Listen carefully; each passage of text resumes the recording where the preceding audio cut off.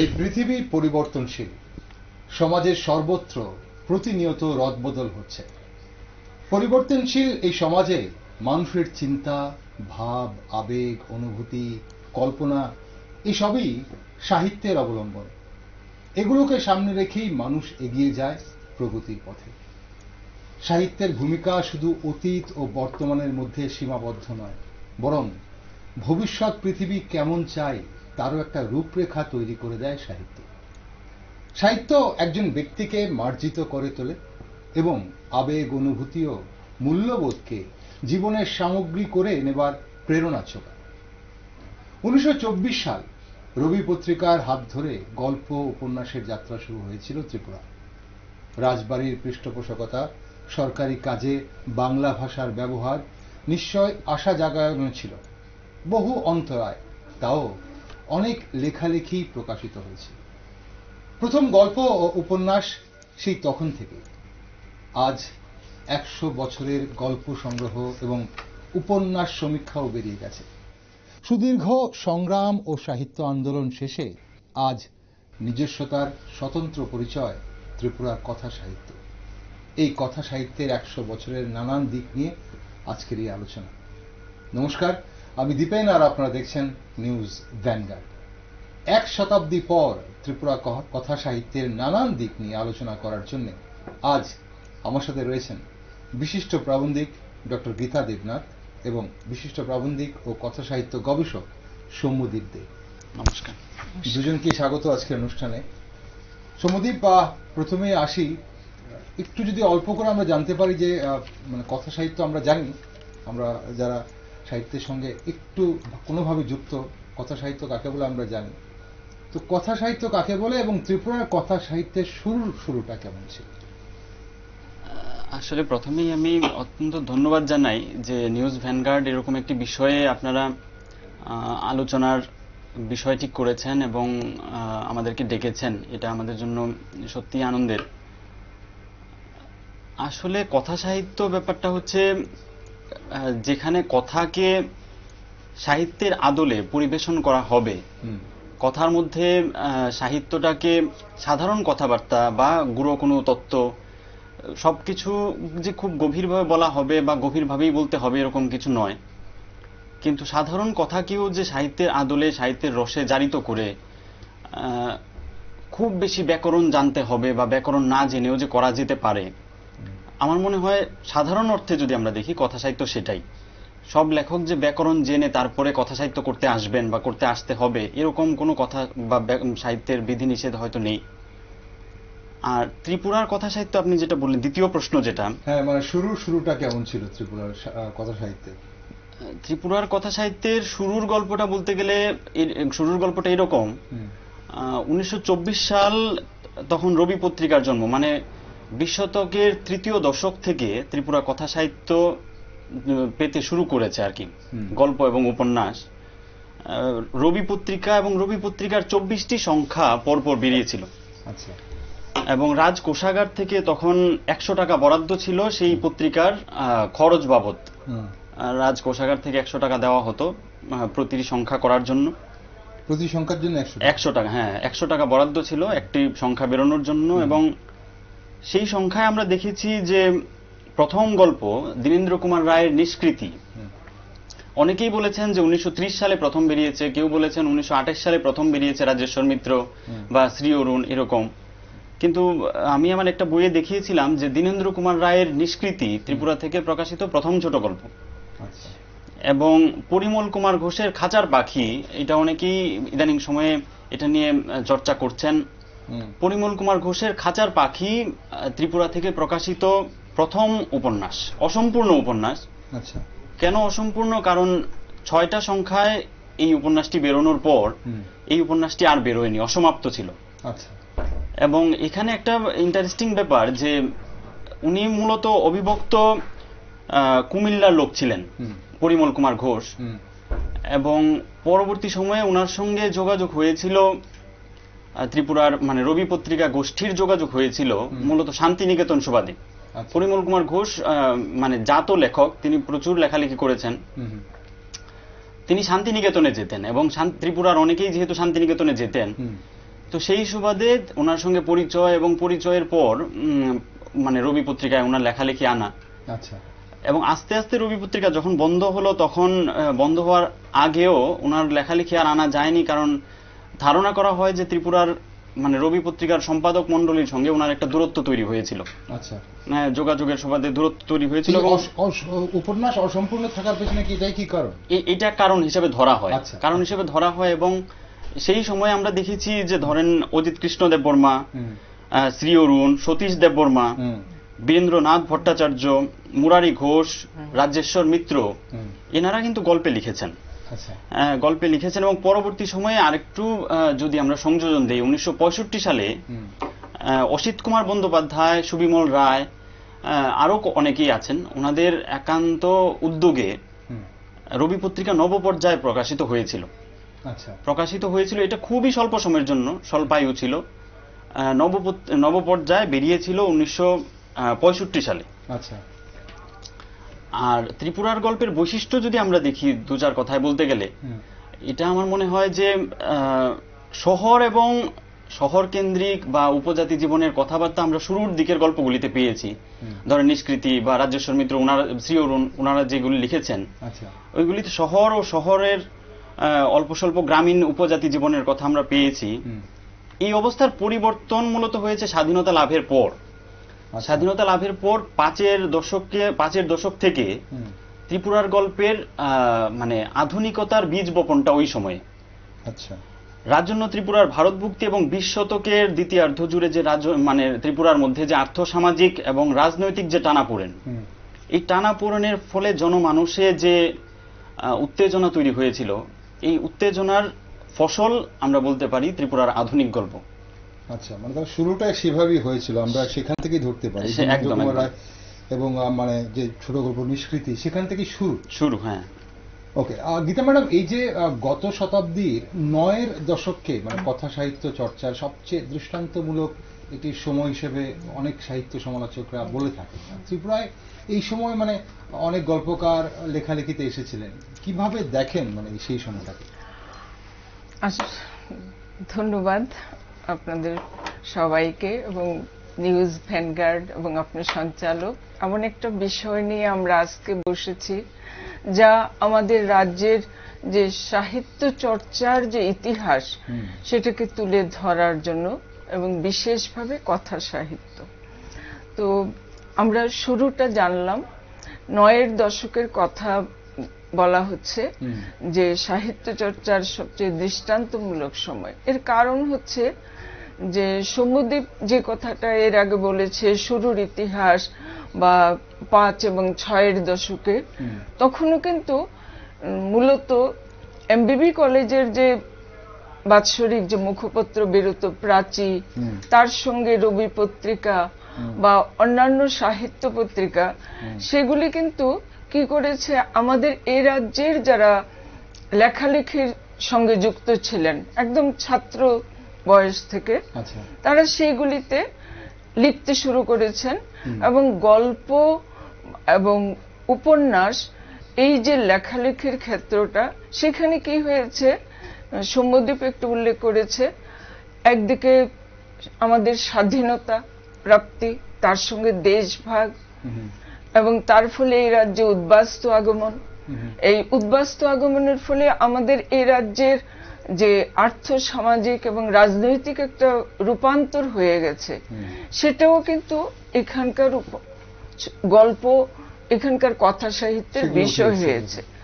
তো কথা সাহিত্যের কথা বলতে গিয়ে সৌম্যদীপ বলেছে যে কোনো ব্যাকরণ মেনে, এটা সত্যি, শুধু কথা সাহিত্য নয়, সর্বপ্রকার সাহিত্যের যে কোনো রূপের বেলায় এই কথা সত্য, আগে সৃষ্টি, তারপরে আসে তার ব্যাকরণটা। তো প্রথম দিকে কি হয়েছে, আমরা সাধারণভাবে আমাদের যে কথা সাহিত্যের একটা ধারা বাংলা সাহিত্যের চলে এসেছিল, তাকে অনুসরণ করা হয়েছে। সেখানে ঘটনা আছে, সমাজ বাস্তবতা আছে, মানুষের চরিত্র আছে, তার সংলাপ আছে। কিন্তু 9-এর দশকে এসে আমরা কথা সাহিত্য চর্চার ক্ষেত্রে একটা বিশেষ জিনিস লক্ষ্য করলাম, সেটা কিন্তু শুরু হয়েছিল 60-এর দশকের শেষ থেকে। এবং সেখানে বিশেষভাবে যে তারা কি করেছে, যে ঐতিহ্যকে কেউ অস্বীকার করেনি। ঐতিহ্য আছে, তার সঙ্গে সমাজ বাস্তবতা থাকবে, মানুষের জীবনের সুখ দুঃখ আনন্দ বেদনা, কিন্তু তার যে প্রকাশের যে ভঙ্গিটা, যে একই জিনিস হয়তো একজন মানুষ তার বাস্তবিকতা ছেড়ে এই রাজ্যে এসে বাস করছেন, কিন্তু তার যে বেদনা, তার শিকড় ছেড়ে আসার যে বেদনা, তাকে কেউ একজন সহজ সরল ভাবে প্রকাশ করতে পারে, আরেকজন সেটাকে আরেকটু অন্য আঙ্গিকে প্রকাশ করা। এবং সেই কাজটা 90-এর দশকে যারা করেছিলেন তাদের মধ্যে আমি বিশেষভাবে উল্লেখ করছি মানিক চক্রবর্তী, দুলাল ঘোষ, অনুপ ভট্টাচার্য, কিশোর রঞ্জন দে, দীপক দেব, দেবব্রত দেব। তার উপরে কিন্তু তিনিও কিন্তু ওই যে পরীক্ষা নিরীক্ষা, যে আমি গতানুগতিক পথে চলবো না, যে পথে চলছে এটা কিন্তু আমাদের যে সর্বক্ষেত্রে, শুধু ত্রিপুরার কথা সাহিত্য নয়, আমাদের সর্বপ্রকার সৃষ্টির ক্ষেত্রে যে যে রীতিতে চলে একটা সময় আসে যে তখন সেটাকে পাল্টানোর জন্য আরেক অন্য রূপ, যেটাকে অনেক আগে রবীন্দ্রনাথ বলেছিলেন যে আধুনিকতার যে শর্ত, প্রথম শর্তই হচ্ছে যে আমি প্রথাকে ভাঙব, এবং আধুনিকতা হচ্ছে সময় নিয়ে নয়, তার মর্জি, তার ভঙ্গিটা নিয়ে। তো আমরা এই সময়ে অবশ্য আমি এমন লেখা লিখতে পারি যেটা হয়তো যার মধ্যে কোনো নতুনত্ব নেই, আবার আমার চেয়ে 50 বছর আগে যিনি লিখছেন, যাকে প্রকাশ করছেন, তার মধ্যেও আমি সেই আধুনিকতার ওই দিকটা যে তিনি কিভাবে খুঁজে পেতে পারি, যে জীবনকে দেখার, এই জগৎকে দেখার যে একটা নতুন দৃষ্টিভঙ্গি, সেটা আমরা দেখলাম এই যে যাদের কথা উল্লেখ করেছি তার মধ্যে ওই সময়ের লেখা কিশোর রঞ্জনদের দ্বিতীয় অবগাহন, দীপক দেবের বাস নৃত্য। এটা আমি যখন পড়েছি তখন আমার মনে হয়েছে যে আমাদের এই রাজ্যের একজন কথা সাহিত্যিক এমন একটা গল্প, মানে বিষয়টা হয়তো তার অত গুরুগম্ভীর নয়, কিন্তু তাকে যে প্রকাশ করার যে ভঙ্গি, এবং যে ভঙ্গিতে তিনি প্রকাশ করে শুধুমাত্র ত্রিপুরা নয়, আমাদের সমগ্র উত্তর পূর্বের মানুষের যে জীবনকে কিভাবে মিলিয়ে নিয়েছেন। সমরজিৎ সিংহ, যাকে হয়তো আমরা ঠিক এই সময়ে অতটা আলোচনায় পাই না বিভিন্ন ক্ষেত্রে, তিনিও কিন্তু এই প্রথা ভাঙ্গা কথা সাহিত্যের একজন পথিকৃৎ বলতে পারি। শ্যামল ভট্টাচার্য, যাকে আমরা এখন চিনি, যিনি আমাদের যে অনুবাদ সাহিত্যের, কিন্তু তিনিও কিন্তু যে কথা সাহিত্যের যে ছকটা ভেঙেছিলেন, রীতিটা ভেঙে একটা নতুন কিছু করতে চেষ্টা করেছেন।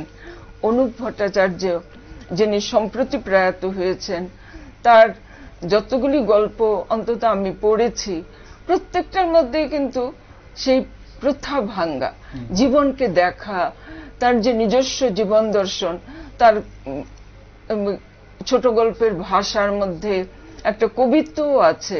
এখন এই যে 90-এর দশকের কথা আপনি বলছেন, এবং এখানে ধরন পাল্টে যাওয়ার কথা আপনি বলছেন, যার জন্য 90-এর দশক থেকে একটা ধরন পাল্টেছে, অনেকের কথা আপনি উল্লেখ করলেন।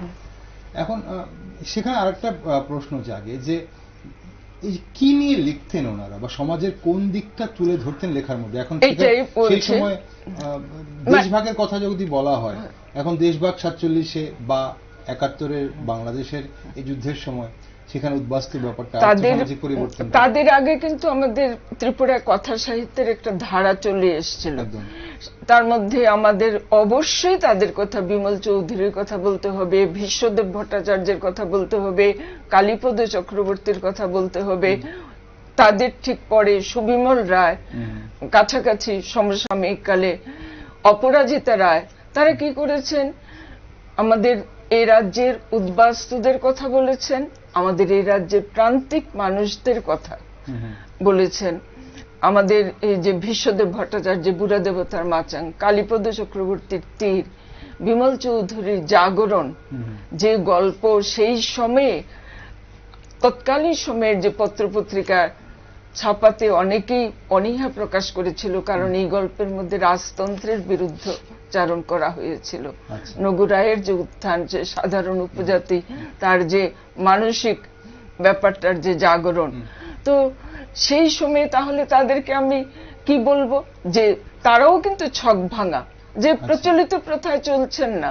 আমাদের যে সমাজের যে রূপান্তর ঘটছে, প্রান্তিক মানুষদের কথা বলতে হবে, যারা পাহাড়ে বাস করে, তাদের জীবনের যে অশিক্ষা, তাদের জীবনের যে বারবারই প্রথা ভাঙা হয়েছে, বারবারই এক একটা সময়ে এক একটা রূপান্তর হয়েছে এবং প্রথা ভাঙা হয়েছে। ঠিক সমদীপ, এখানে ত্রিপুরার গল্প উপন্যাসের মানে নিজস্বতার নির্মাণ কতটা হয়েছে? আজ যখন আমরা 100 বছর পেরিয়ে এসেছি, 1 শতাব্দী পর আমরা কতটা নিজস্বতার নির্মাণ পেয়েছে ত্রিপুরার কথা সাহিত্য? এটা প্রশ্নটা আসলে খুব সময় উপযোগী প্রশ্ন। কেন সময় উপযোগী? দেখুন, আমরা যদি বলি নিজস্বতাটা আসলে আমাদের কাদের, নিজস্বতাটা তো আমাদের একান্তই আমাদের।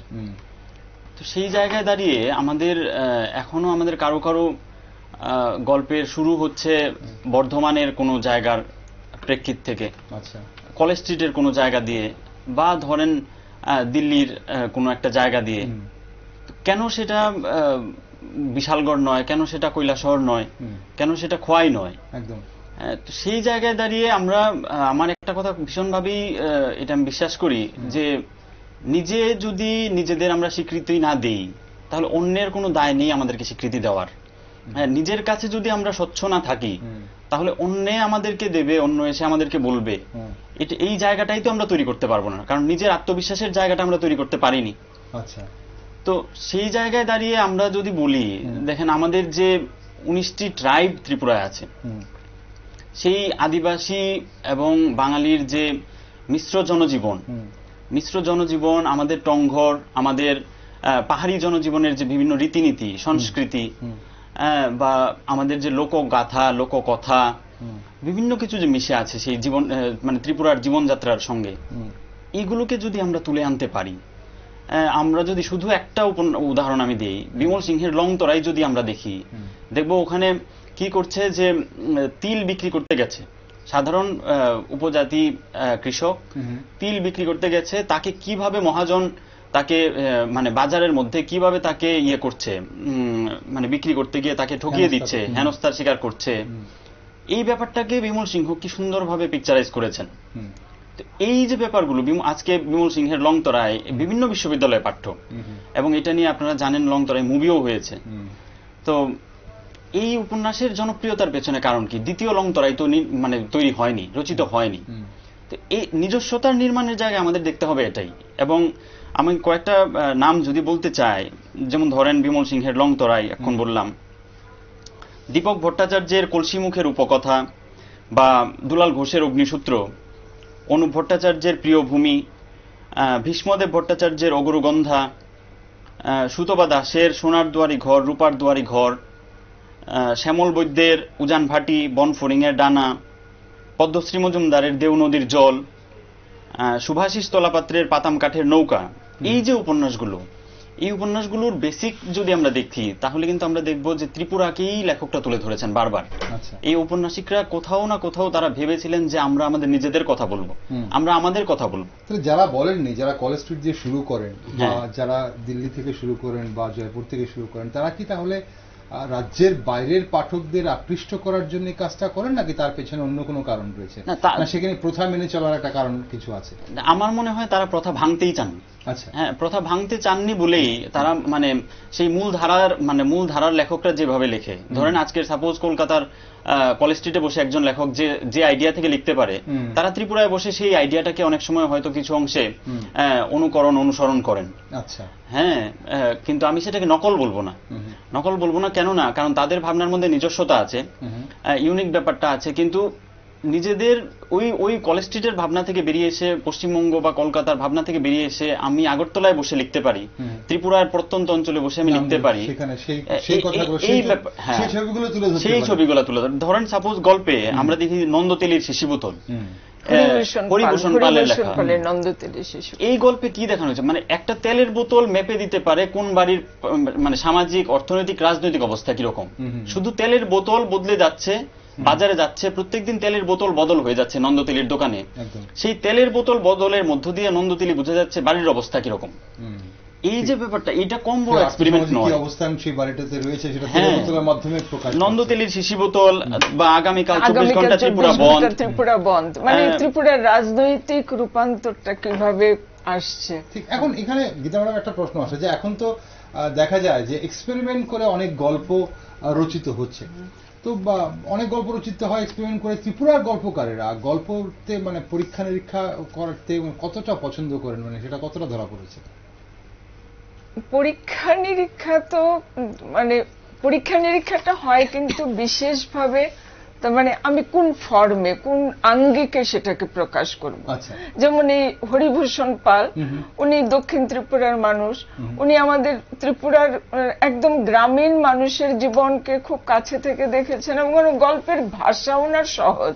কিন্তু এই যে নন্দতিলির শিশু বোতল নামকরণ বা আগামীকাল 24 ঘন্টা ত্রিপুরা বন্ধ, এর এই নামকরণটার মধ্যে কিন্তু একটা অন্যরকম ব্যাপার আছে, যেটা আমরা হয়তো যে সাধারণভাবে আমরা কি দেখি, একটু হয়তো কোনো একটা রোমান্টিক নাম থাকে যার মধ্যে শুধুমাত্র মানে অনেকের ধারণা হয় যে কথা সাহিত্য মানে গল্প উপন্যাস মানে সেখানে শুধুমাত্র নরনারী প্রেম ভালোবাসা, কিন্তু এর বাইরে যে বৃহত্তর জীবনের কথা, সে বৃহত্তর জীবন শুধু শহুরে শৌখিন মধ্যবিত্তের জীবন নয়, ড্রয়িং রুমের কথোপকথন নয়, সেটা হচ্ছে আমাদের গ্রামীণ জীবন, আমাদের সীমান্ত এলাকায় যে মানুষরা বাস করে তাদের প্রতিদিনের যে জীবনের যে চিত্র, সেই জীবনের যে যুদ্ধ, তার বেঁচে থাকার জন্য সেখানে অপরাধ যেমন আছে, তার বেঁচে থাকার সংগ্রামটাও আছে।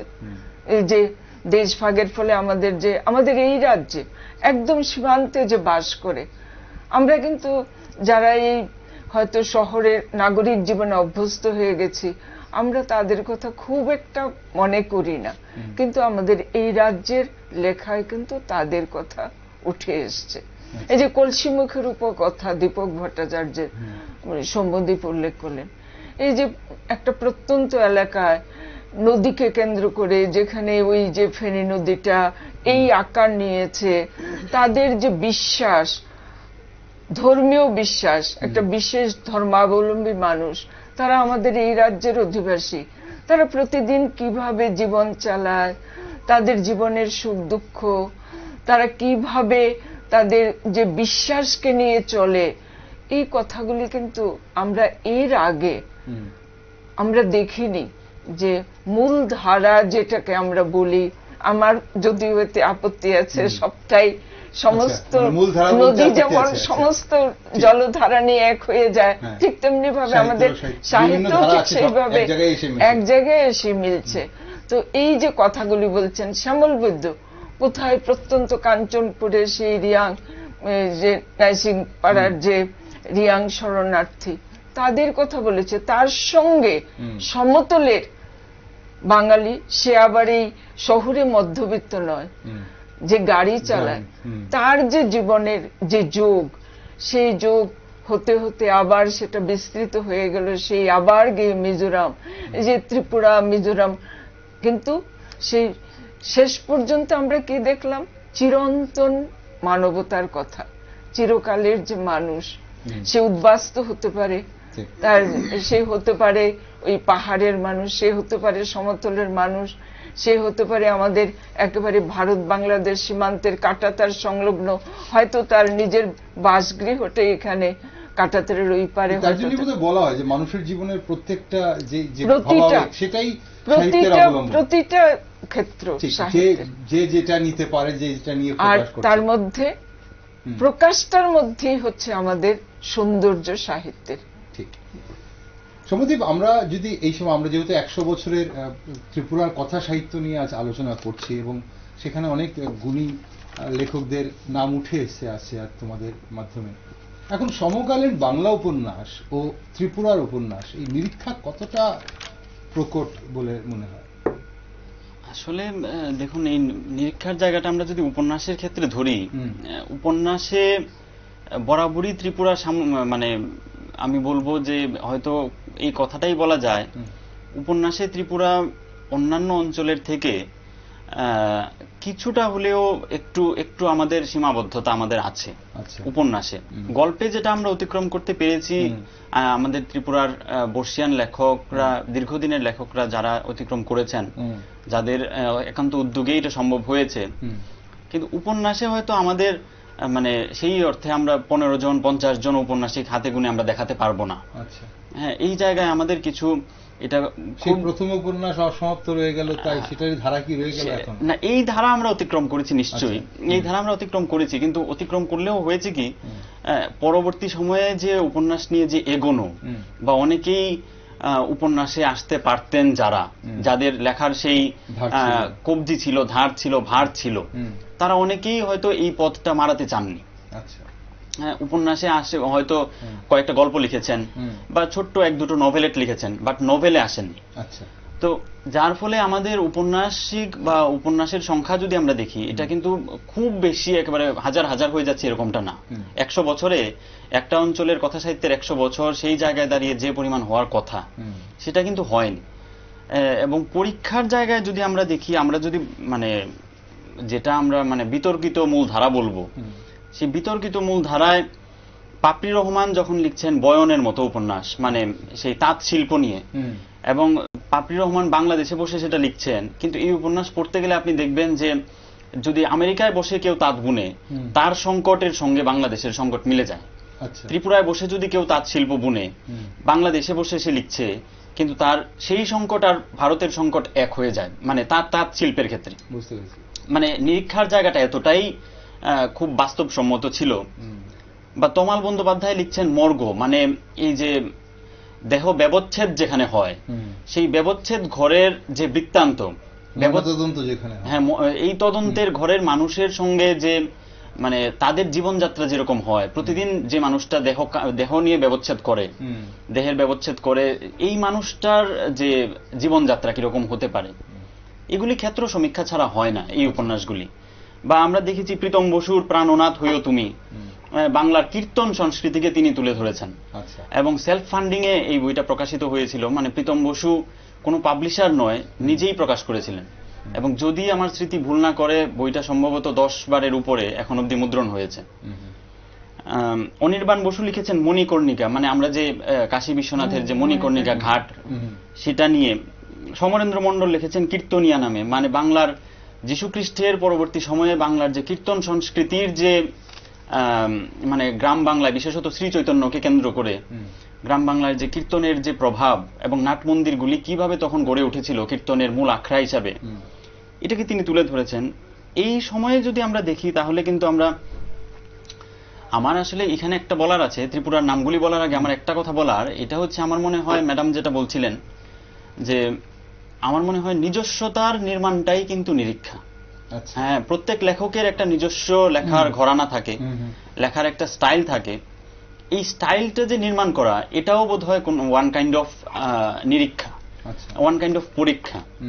সেই জায়গায় দাঁড়িয়ে আমরা যদি উপন্যাস বলি, ম্যাডাম যেটা বলছিলেন যে একটা অংশের পাঠক ভাবে উপন্যাস মানেই নরনারীর কথা, তাদের জীবনযাপনের কথা, তাদের জীবনের চাহিদা, হ্যাঁ, প্রেম ভালোবাসা, এই ব্যাপারগুলির কথা, হ্যাঁ, এতেই আবদ্ধ থাকবে।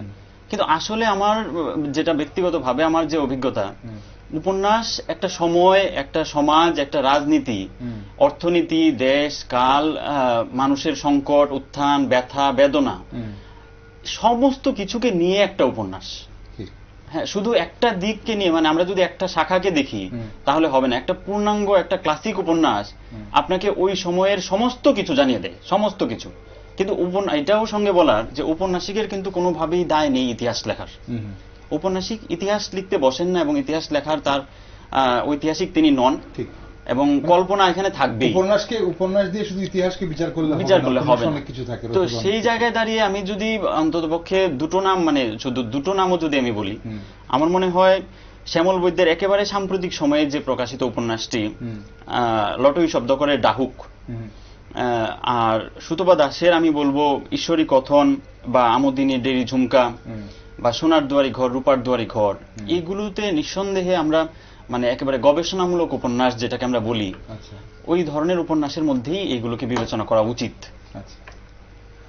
ওকে, এখন ম্যাডাম এই যে ত্রিপুরায় আধুনিক গল্প রচনার আপনি কিছুটা শুরু করেছিলেন, তখন কিছুটা বলছিলেন যে 90-এর দশকের কথা যখন আসছিল, আমরা ত্রিপুরায় আধুনিক গল্প রচনার সূচনাটি মানে ঠিক কেমন ছিল, কার হাতে মানে প্রথম আধুনিক গল্প পেয়েছিল? আধুনিক গল্প যদি বলি, ওই যে কথাটা আমি প্রথমে বললাম যে গল্প রচনার শুরু তো সেই মানে 20 শতকের দ্বিতীয় দশকের শেষ থেকে 1924-কে যদি ধরি, আমি বলবো বিমল চৌধুরী আধুনিক।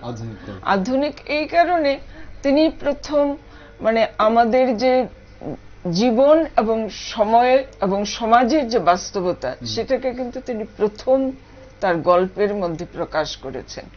যে এমন একটা প্রথম তিনি যে গল্প লিখেছেন, এরও আগে একটা গল্প লিখেছিলেন যে আমরা যতটুকু জানি যে তোরে নাহি করি ভয়, যে আমরা 1949 সালে অক্টোবর মাসের আগে উমাকান্ত স্কুলে সেখানে একটা আন্দোলন হয়েছিল, তখন রাজার শাসন, খাদ্যের দাবিতে।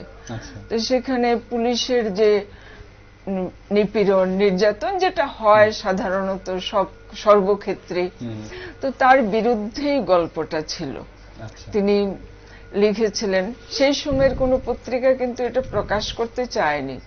তো যারা প্রকাশ করেছিলেন শ্রী গঙ্গাপ্রসাদ ভট্টাচার্য এবং নুরুল হুদার সম্পাদিত নবজাগরণ পত্রিকা, তাদের কিন্তু 500 টাকা সেই সময় জরিমানা হয়েছিল এবং পত্রিকাটাও বন্ধ করে দেওয়া হয়েছিল এই একটি গল্প প্রকাশের জন্য। এবং এর পরবর্তী যে জাগরণের কথা উল্লেখ করেছি, যেহেতু তার মধ্যে রাজতন্ত্রের বিরুদ্ধে আছে, এই জাগরণ গল্পও কিন্তু উনি লেখার সঙ্গে সঙ্গে কোথাও বেরোয়নি, প্রকাশ হয়নি। তো এই যে মানে উনি কি করলেন, শহরে মধ্যবিত্তের শৌখিন ড্রয়িং রুম ছেড়ে তিনি গেলেন আমাদের এই রাজ্যের যে বাস্তবতা, সেটাকে তিনি তুলে ধরতে চাইলেন তার মতো করে। তার ভাষা, তার প্রকাশভঙ্গি সবটাই তার নিজস্ব, সেখানে তিনি এটা করলেন। এরপর যে তিনি লিখলেন যে মানুষের চন্দ্র বিজয় তারানাথ, সেটা কিন্তু আজকের সময়ে এই 21 শতকের প্রাসঙ্গিক। মানুষের চন্দ্র বিজয় সেই 1961 সনের সেই চন্দ্র বিজয়ের কথা যখন সবাই মিলে জয়ধ্বনি করছে, সেই সময়ে একটি ছেলে যে কাজের সন্ধানে ঘুরছে, সেটা করতে করতে সে দেখলো যে যেই মুহূর্তে সে একটা কাজের সুযোগ পেয়েছে, যখন সে ভাবছে নতুন করে ঘর বাঁধবে, তার প্রিয়া তার সঙ্গে থাকবে, তখন দেখলো যে না, যাকে সে প্রিয়া ভেবেছে সে অন্য কারোর। তো এই যে তারপর সে হতাশায় সে ঘরে ফিরে যাচ্ছে।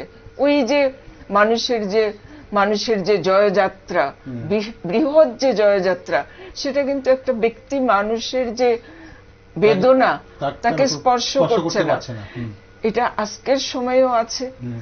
আজকের যে যুবক যুবতী যে হয়তো জীবনে একটা লক্ষ্য নিয়ে এগোতে চাইছে, কিন্তু তার যেখানে তার দেখা যাচ্ছে যে না, তার ঈপ্সিত লক্ষ্যে সে পৌঁছাতে পারছে না, তার মতো করে প্রত্যেকের তো বিরাট কিছু হওয়া না, যে সেখানে সে পারছে না, তখন আমাদের এই 21 শতকের আমাদের চারদিকে যে সভ্যতার যে জয়যাত্রা, সেটাকে তাকে স্পর্শ করে না, তার মধ্যে বিষণ্ণতার জন্ম দেয়। এত বছর আগে বিমল চৌধুরী সেটা অনুভব করেছিলেন। এখানেই কিন্তু তিনি আধুনিক, যে তিনি যেটা লিখেছিলেন আজ থেকে প্রায় 50 বছর আগে, আজকের সময়েও সেটা শুধু ত্রিপুরা রাজ্য নয়, সর্বক্ষেত্রে প্রাসঙ্গিক। সুমদীপ, তাহলে কি মনে হয়, মানে আমরা 100 বছরের কথা সাহিত্য উদযাপন করছি আজকে বলতে বলে, কারণ রাজ্যের 100 বছরের কথা সাহিত্য সেই 1924 আর এখন 2024, তো সেকাল না একাল কাদের প্রতিনিধিত্ব বেশি দেখা যায়? আসলে দেখুন, একালে কথা সাহিত্যিক বললে একালে তো মানে সবার ঝোঁক যেখানে হচ্ছে ধরেন কবিতায়, সেখানে কজন যাচ্ছেন কথা সাহিত্যে, এটাও তো একটা বড় প্রশ্ন। এই প্রজন্মের কয়জন বাংলা ভাষাভাষী লেখক যারা, এই প্রজন্মের কয়জন যাচ্ছেন কবিতায়, কয়জন কবিতা নিয়ে মানে কয়জন গল্পে যাচ্ছেন, কয়জন উপন্যাসে যাচ্ছেন। কবিতায় আমরা যত নতুন প্রজন্মের অনেককেই যাদের আমরা দেখি, কিন্তু গল্প লেখায় বা উপন্যাসে কিন্তু আমরা তত দেখি না। আচ্ছা, তত মানে কি, এটা মানে রেশিওটা হয়তো অনেকটা এরকম 80% আর এদিকে হয়তো 15%। তো এত কম মানে রেশিও যে জায়গায়, সেই জায়গায় একালের প্রতিনিধিত্ব করবেন কারা? সেকালের, নিঃসন্দেহেই সেকালের। এবং সেই সময়ে ম্যাডাম এক্ষুনি বলছিলেন যে বিমল চৌধুরীর কথা, বিমল চৌধুরী, ভীষ্মদেব, বিমল চৌধুরী ঠিক পরবর্তী সময়ে ভীষ্মদেব ভট্টাচার্য, ওনাদের হাতেই মূলত আধুনিক গল্পের শুরু। ভীষ্মদেবের যে অগুরু গন্ধা বা বুড়া দেবতার মাচাং, এই গল্পগুলো তো অত্যন্ত ক্লাসিক লেখা এবং বৃহত্তর বাংলা সাহিত্যে এগুলির পাঠ দাবি রাখে। এবং দাবি রাখে বলেই কিন্তু এগুলোর মানে ইয়েটাও বেশি, মানে কদরের জায়গা থেকে যদি আমরা বলি বা লেখার গুণগত মানের জায়গা থেকে যদি আমরা বলি, এগুলো নিঃসন্দেহেই ত্রিপুরার প্রতিনিধি স্থানীয় লেখা। এবং এই সময়ে আমরা কিন্তু সেই অর্থে এখনো এগুলি আমাদের ভাবায়।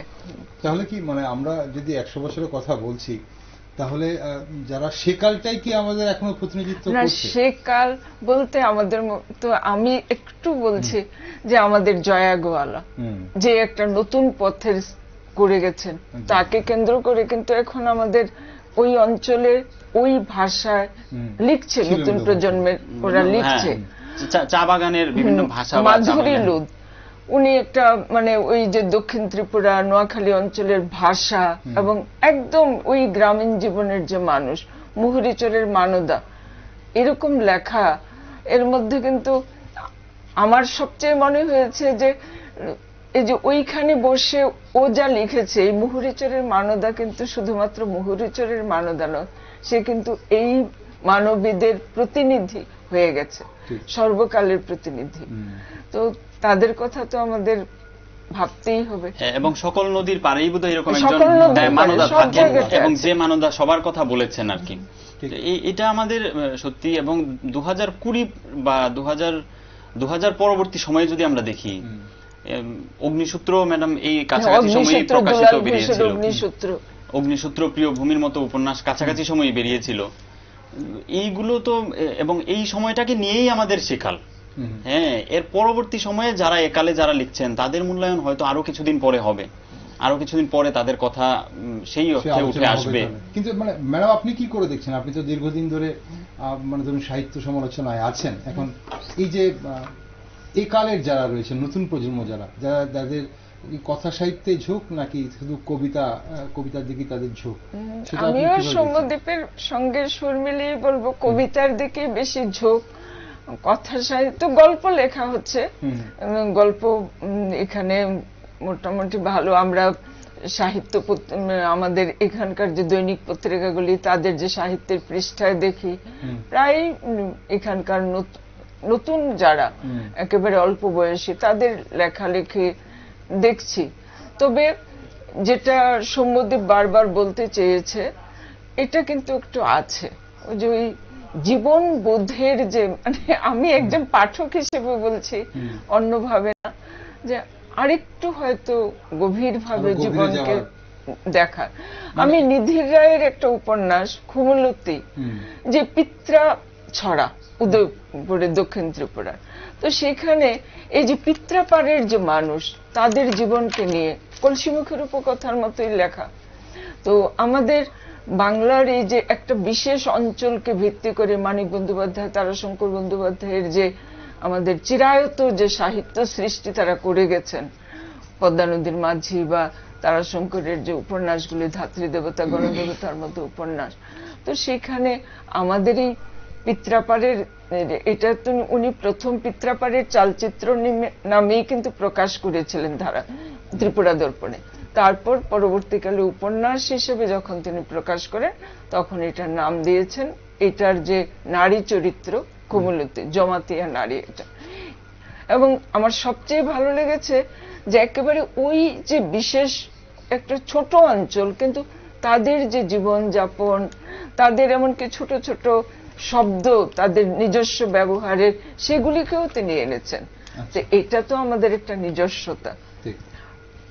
এখন আমাদের অনুষ্ঠানের সময় অনেকটা ফুরিয়ে এসছে। আসলে আলোচনা এত সুন্দর, এত আমাদের যখন কথা সাহিত্য এবং রাজ্যের সাহিত্য এভাবে চর্চিত হচ্ছে, তখন আরো একটু শুনতে তো ইচ্ছে করছে। তবে সমুদ্রীপ শতবর্ষের দোরগোড়ায় এসে উত্তর পূর্ব এখন পাঠ্য হচ্ছে বিভিন্ন ডিগ্রি কোর্সের সিলেবাসে, মহাবিদ্যালয় মানে কলেজে বা বিশ্ববিদ্যালয়ে। এখন একাডেমিক স্বীকৃতিতে এতটা বিলম্ব কেন, এতটা দেরি হলো কেন? এটা দেখুন, এটা স্বস্বীকৃতির জায়গা থেকে আমরা যদি পিছিয়ে থাকি এবং আমাদের কথা প্রসঙ্গে ম্যাডামের কথায় এটা এসেছে, আমাদের এখানে দেখুন মানে পত্রিকা প্রকাশ করতে গিয়ে আজকে থেকে 30 বছর আগে সম্পাদকদের নানান সমস্যার মুখোমুখি হতে হয়েছে। সেই জায়গায় দাঁড়িয়ে আমরা দেখেছি যে যখন কয়লার মেয়ে 1956 দিকে যখন বেরোয়, বা সুবিমল রায়ের বিবর্ণ আবির যখন 1972 বেরোয়, তখন মানে নানান সমস্যার মুখোমুখি ওনারা হতে হয়েছে প্রকাশনা শিল্পে। কারণ তখন তো একটা 100 পৃষ্ঠার বই করলে ছাপবে কি? ত্রিপুরায় তো সেই অর্থে তখন বড় বাণিজ্যিক প্রকাশনা তখন ছিল না। আজকের দিনেও ত্রিপুরার বইপত্র যে আপনি মানে চোখের পলকে হয়তো পাবেন কলকাতার বাজারে বা বাংলাদেশের ঢাকায়, এটা নয়, কিন্তু এরপরেও কিছু কিছু বই পাওয়া যায়, কিছু কিছু বই পাওয়া যায়।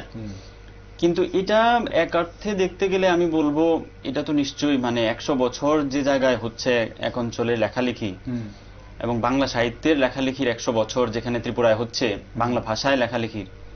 এবং আরো বড় কথা যেটা, যে অনেকেই হয়তো জানেন এটা, যে মহিমচন্দ্রের লকেটে বাংলা ভাষার লেখা দেখে বিদ্যাসাগর বলে উঠেছিলেন যে আমার বাংলা রাজভাষা।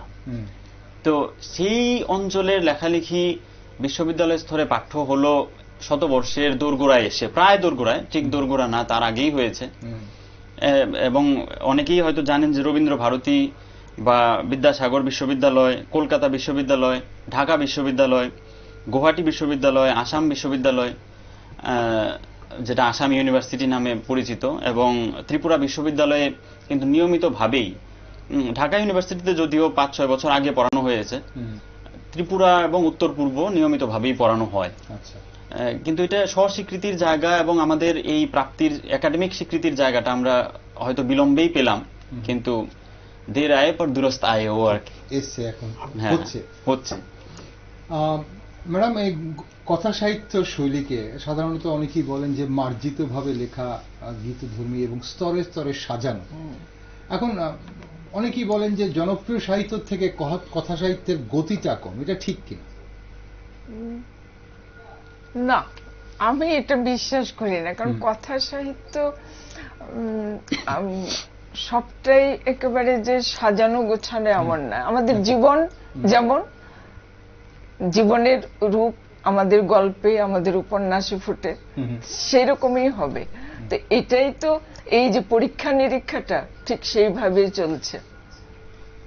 ওকে সৌম্যদীপ, আমরা আজ যখন আলোচনা করছিলাম কথা সাহিত্যের, এবং সেখানে উঠে এসেছিল যে দেশভাগ বা বাংলাদেশের যখন পাকিস্তান সেই যুদ্ধের সময়, এখন সেই যুদ্ধের উদ্বাস্তুর কথা, তো নর্থ ইস্টের দেশভাগ নিয়ে তো কাজ করেছেন এখন আপনি অনেক। এখন সে জায়গায় এখানে দেশভাগের ক্ষতটা আজকের প্রজন্মের কাছে কতটা প্রাসঙ্গিক?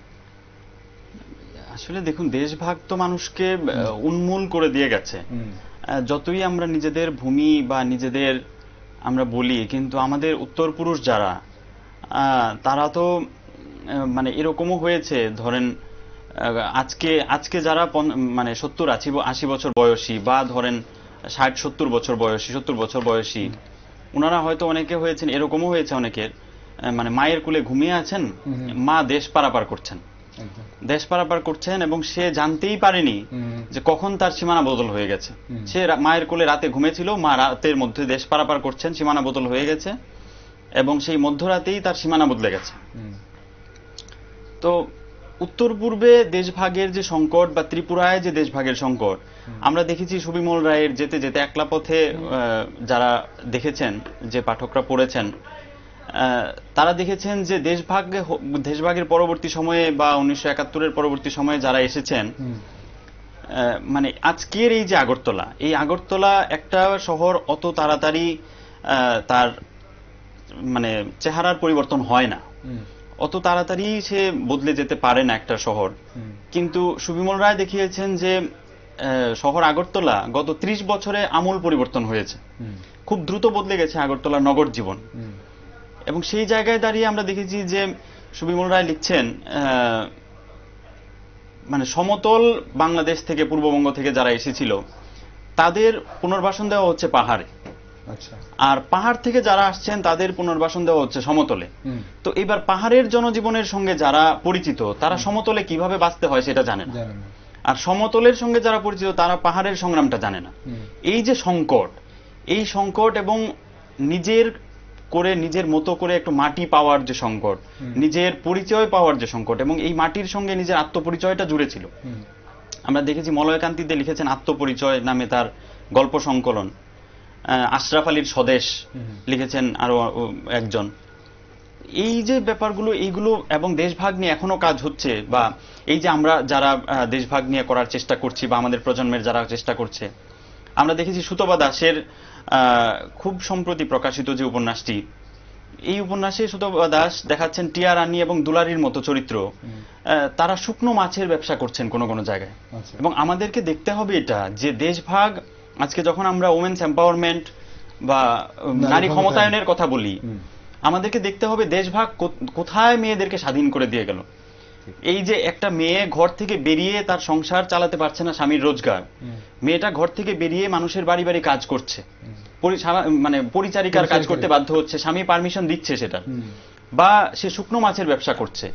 এই ব্যবসা করতে গিয়ে সে আসলে কি, সে কিন্তু এক অর্থে অর্থনৈতিক স্বাধীনতার জায়গাটা পেয়ে গেল। হ্যাঁ, তো আজকের দিনে আমরা শুধু যদি বলি যে 21 শতকে নারীরা স্বাধীন হলো বা 21 শতকে নারীর অর্থনৈতিক স্বাধীনতা এলো, অ্যাকচুয়াল অর্থনৈতিক স্বাধীনতা কিন্তু দেশভাগ দিয়ে গেল। অসংখ্য ধন্যবাদ সৌম্যদীপ, অসংখ্য ধন্যবাদ ডক্টর দেবনাথ। আজ আপনার খুব সুন্দর আলোচনা আমরা শুনলাম আপনাদের কাছ থেকে, সমৃদ্ধ হলাম সাহিত্য নিয়ে, বিশেষ করে কথা সাহিত্য নিয়ে। আমাদের রাজ্যের 100 বছরের কথা সাহিত্য কেমন ছিল। অসংখ্য ধন্যবাদ, আপনার সঙ্গে ছিলেন। আবারও চাইবো আপনাদের স্টুডিওতে। আজকের জন্য ধন্যবাদ। দর্শক বন্ধুরা, বলা হয় সময়ের তালে তালে সাহিত্যের ভূমিকা পাল্টে যেতে বাধ্য। তবে সে সাহিত্য যদি মানুষের চরিত্রের উপর কোনো প্রভাব ফেলতে না পারে, তাহলে জীবন সংগ্রামে সাহিত্যের যে গুরুত্ব রয়েছে তা কতটা সার্থক তা নিয়ে সংশয় কিন্তু থেকেই যায়। তবে এ রাজ্যের কথা সাহিত্যের ভবিষ্যৎ কোন পথে এগিয়ে যায় সেদিকে অবশ্যই আমরা নজর রাখব। আর আপনারা দেশ, দুনিয়া ও রাজ্যের বিভিন্ন নিউজ, আপডেট ও টক শো দেখার জন্য চোখ রাখুন শুধুমাত্র নিউজ ভ্যানগার্ডে।